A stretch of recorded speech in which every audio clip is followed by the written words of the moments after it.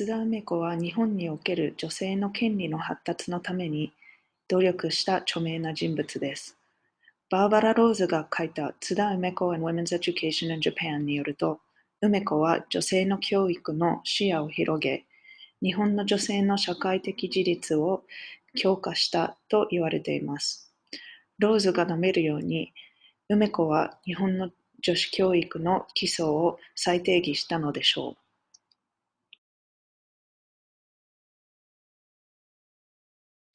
まず、明治時代の日本の女性の役割は家庭に忠実である子供を育てることであったため、近代的な西洋からその就業方法を学ぶ必要があると思われていました。女性の義務は将来の日本のために世継ぎを生むことでした。この生み出された理想像は良妻賢母と呼ばれ、女性が目指すべき理想像を示した言葉でした。ローズによると、この日本伝統の女性観の定義はドメスチック、あるいは家庭で役割を果たすこととなっています。つまり、理想の日本の女性は家庭を守り、間接的に国を支える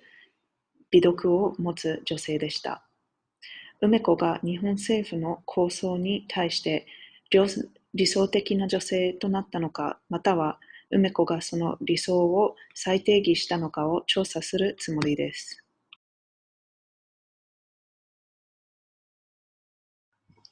ローズの資料を読んで、西洋の理想的な女性のイメージは、女子教育が普及していたため、女性の自主性も上がってきたことが分かりました。アメリカの理想的な女性は日本の女性像と違い、家族を支えるのは国の発展のためではなく、家族そのもののためであったことがわかるでしょ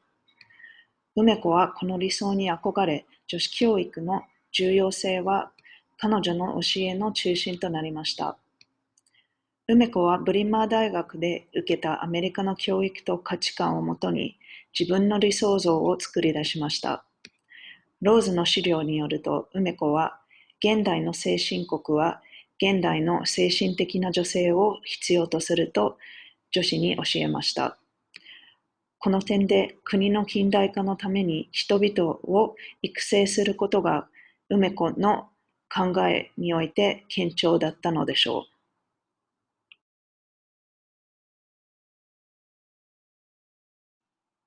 梅子はこの女性像をもとに、日本に戻ってから1891年に日本婦人米国奨学金制度を設立しました。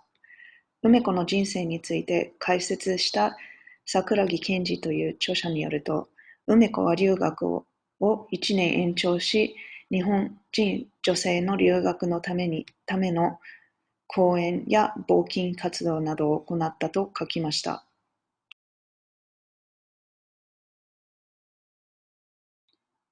梅子はこれから続く女子教育に強い影響を残したことが伺えるでしょう。彼女が望んでいたのは日本のすべての女性の地位を高めることでした。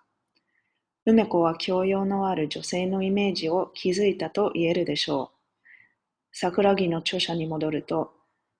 梅子の活動がどれほどインパクトがあったかが評価されています。梅子は先見性を持ち、自分の理想を貫いた最終的な女性であったと桜木が書きました。梅子への称賛に満ちたこの文章で述べられているように、女子教育のために日本の女性像に反対したので、政府の構想にも反対していたことが言えるでしょう。この視点を通して、ローズの資料とのつながりを考えさせられました。この二人の著者は異なる背景も持っていて、異なるプラットフォームを使って書いていることがわかります。だが、二人の調査の結論に似ている点があると気づきました。どちらの著者も、梅子の人生について語りながら、彼女の功績に対して感じた関心を伝えています。国、時代が異なる視点から来る資料を分析し、梅子は歴史的な変化を成し遂げたでしょう。梅子は日本が評価した理想の女性にならなかったが、国内的及び国際的な視点の両方で女性の社会的地位を進歩しました。最終的に梅子は教育改革を通し、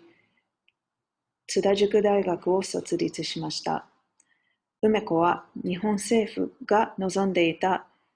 国家主義的な基盤をもとに大学を設立し、さらに国のためだけでなく、日本人女性の進歩のための道を作りました。